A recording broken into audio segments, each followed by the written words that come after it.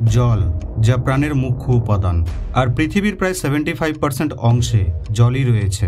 মানুষের শরীরে 65%-এর থেকে বেশি জল রয়েছে, আর এই জলেরও এক মেমোরি রয়েছে। হ্যাঁ, আপনি ঠিকই শুনেছেন, জলেরও নিজস্ব স্মৃতি রয়েছে। এছাড়াও জল তার স্মৃতিকে স্টোর করেও রাখতে পারে।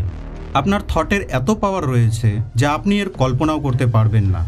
আজ এই ভিডিওটিতে আপনি জানতে চলেছেন যে কিভাবে আপনার মস্তিষ্কে তৈরি হওয়া একটি ভাবনার প্রভাব সম্পূর্ণ পৃথিবী এবং পৃথিবীতে বাস করা সকল জীবের উপর পড়ে। So let's begin. আপনি জেনে অবাক হবেন যে আপনার থট এবং বিহেভিয়ারকে ফিল করে জলও নিজের স্বভাবকে পরিবর্তন করে নেয়।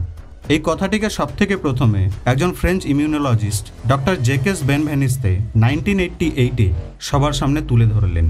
পরে জাপানের ডক্টর ইমোতো এর ওপর আরও রিসার্চ করলেন এবং কিছু অবাক করার মতো তথ্য বিজ্ঞান মহলে প্রকাশ করলেন, যার ব্যাপারে সমস্ত তথ্য আপনি আগামী কয়েক মিনিটের মধ্যে পেতে চলেছেন।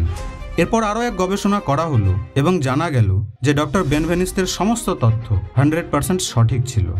যখন জল কোনো বস্তুর সম্পর্কে আসে, তখন জল সেই বস্তুর ইনফরমেশনকে নিজের মধ্যে কপি করে নেয় এবং সেই ইনফরমেশনকে স্টোরও করে রাখে। জলের এই মেমোরি ক্যাপাসিটিকে দেখে বিজ্ঞানীরা অবাক হতেন, আর এখান থেকেই কিছু অদ্ভুত এবং আশ্চর্যজনক এক্সপেরিমেন্ট শুরু হলো, যেখানে পাওয়া গেল যে জলের কেবল স্মৃতিই নেই, বরং এটি তো মানুষের ইন্টেনশন এবং থটকেও বুঝতে পারে এবং সেই ডেটাকে স্টোর করেও রাখতে পারে। তারপর সেই ইন্টেনশন এবং থট হিসেবে নিজেকে বদলে ফেলতেও পারে। যদি জলকে কোনো ইন্টেনশন দেওয়া হয়, তো জলের ক্রিস্টালগুলির স্ট্রাকচার পরিবর্তন হয়ে যায়, আর এই ক্রিস্টালগুলির স্ট্রাকচার এক এক ইন্টেনশনে এক এক রকম আকার নিয়ে নেয়। ডক্টর ইমোতো বলতেন যে এই ব্রহ্মাণ্ডের সব কিছুই হলো ভাইব্রেশন, মানে তরঙ্গ। কেবল মিউজিক এবং আমাদের শব্দই ভাইব্রেশন নয়, বরং এই ইউনিভার্সই ভাইব্রেশনে তৈরি, আর স্ট্রিং থিওরি হলো এর বাস্তব প্রমাণ। ডক্টর ইমোতো একটি এক্সপেরিমেন্ট করলেন। তিনি কি করলেন? তিনি 50টি আলাদা আলাদা নদীর জলকে সংগ্রহ করলেন এবং এই জলগুলির আলাদা আলাদা স্যাম্পল বানিয়ে নিলেন। প্রতিটি স্যাম্পলকে আলাদা আলাদা বার্তা দিলেন। কিছুকে শুদ্ধ ভাবনা দিলেন, কিছুকে প্রার্থনা শোনালেন, তো আবার কিছু স্যাম্পলকে মিউজিক শোনালেন। জলের কিছু স্যাম্পলকে নেতিবাচক ভাবনা দিলেন, তো আবার কিছুকে গালাগালিও দিলেন। তারপরে এই স্যাম্পলগুলিকে -4 ডিগ্রি টেম্পারেচারে জমিয়ে বরফ করে দিলেন। আর এরপর যে রেজাল্ট এলো তা সত্যিই দারুণ অদ্ভুত ছিল। যে নদীগুলি থেকে জলের স্যাম্পলগুলিকে কালেক্ট করা হয়েছিল, সেই নদীগুলির জলেরও নিজস্ব আলাদা ক্রিস্টাল বা প্যাটার্ন ছিল। যেমন ঝর্ণার জলের প্যাটার্ন আলাদা ধরনের ছিল, নদীর জলের প্যাটার্ন আলাদা ধরনের ছিল, পুকুরের জলের প্যাটার্ন আলাদা ধরনের ছিল, যেগুলিকে এখন আপনি স্ক্রিনে দেখতে পাচ্ছেন। যখন জলকে ঘৃণা এবং ভালোবাসার বার্তা দেওয়া হলো, তো জলের প্যাটার্নও পরিবর্তন হয়ে গেল। এই ক্রিস্টালটি থ্যাংক ইউ শব্দ শোনার পর তৈরি হয়েছে, আর এই ক্রিস্টালটি ইউ ফুল শব্দ শোনার পর তৈরি হয়েছে। সিমিলারলি এই ক্রিস্টালটি আই ক্যান ডু ইট এই শব্দ শোনার পর তৈরি হয়েছে, আর এটি I can not do it শব্দ দ্বারা প্রভাবিত হয়েছে। এখানে আমরা দেখতে পাচ্ছি যে নেগেটিভ শব্দ শুনে ক্রিস্টালের আকার বিকৃতি হয়ে যাচ্ছে, অর্থাৎ সঠিকভাবে প্যাটার্ন বানাতে পারছে না। এছাড়াও নিজের উজ্জ্বল বর্ণকে হারিয়ে ফেলছে। কিন্তু এরই অপরদিকে পজিটিভ শব্দগুলির প্রভাবে ক্রিস্টালগুলি বেশ অ্যাট্রাকটিভ প্যাটার্ন বানাতে পারছে। প্রতিদিনের বলা সাধারণ কথাগুলিও ক্রিস্টালের আকারকে পরিবর্তন করে দেয়।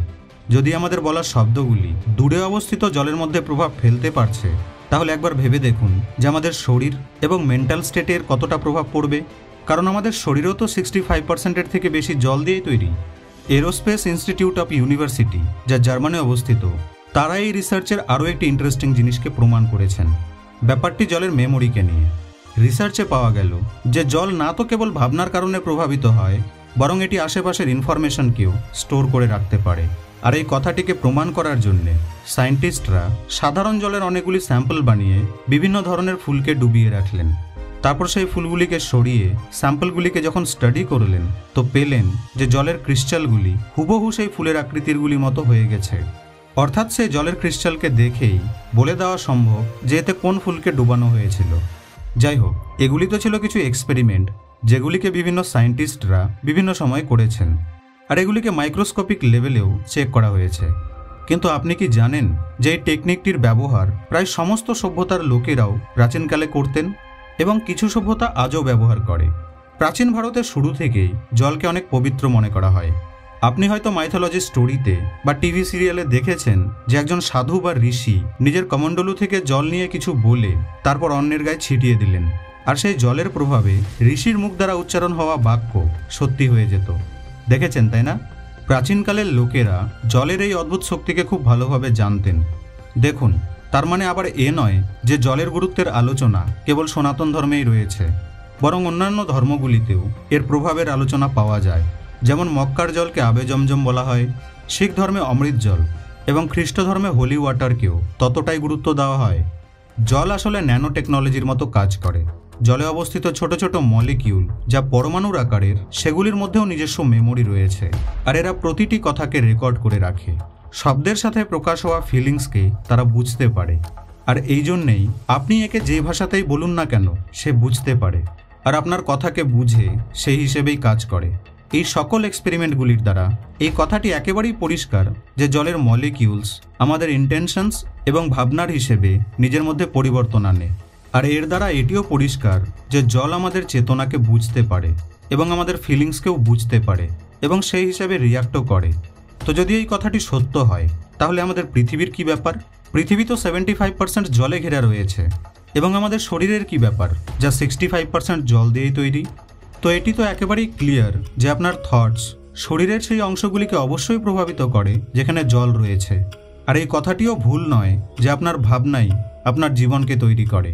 সোজা ভাষায় যদি বলি, তো আপনার জীবনের লাগাম আপনার হাতেই রয়েছে, আর আপনি নিজের এই জীবনটিতে ইচ্ছে অনুযায়ী নিজেই পরিবর্তন আনতে পারেন। এবার অনেকেরই হয়তো আমার এই কথাটিতে বিশ্বাস হচ্ছে না, কিন্তু আপনি জেনে অবাক হবেন যে পাবলিক ডোমেনে এমন বহু লোক রয়েছে যারা এই টেকনিকগুলিকে নিজের উপর প্রয়োগ করছে এবং রেজাল্টও পাচ্ছে, এবং সেই অভিজ্ঞতাকে শেয়ারও করছে। লোক বুঝতে পারছে নিজের থট এবং ব্রেনের পাওয়ারকে। এই ইউনিভার্সে এমন কোনো জিনিস নেই যা আমাদের বিচার দ্বারা প্রভাবিত হয় না। আমাদের থট টাইম, স্পেস এবং স্পিডের থেকেও বেশি পাওয়ারফুল। ইনফ্যাক্ট কোয়ান্টাম সায়েন্সও এই কথাই বলে, এবং পৃথিবীর বিভিন্ন গ্রন্থ এই কথাকে অনেক আগেই ভ্যালিডেট করেছে। থট হলো এমন একটি বিন্দু যেখানে সায়েন্স এবং স্পিরিচুয়ালিটি এসে একসাথে একমতে মিলিত হয়ে যায়। যখন আমরা মহান লোকেদের কাহিনীগুলিকে পড়ি, তখন আমাদের ফিল হয় যে তারা এই সিক্রেটকে আগে থেকেই হয়তো জানতেন, বুঝতেন এবং নিজের জীবনে প্রয়োগও করতেন। আর হয়তো এই রহস্যের প্রয়োগের কারণেই তারা এত বড় এবং মহৎ কাজগুলিকে করতে পারতেন এবং সবার মন জয় করতেন।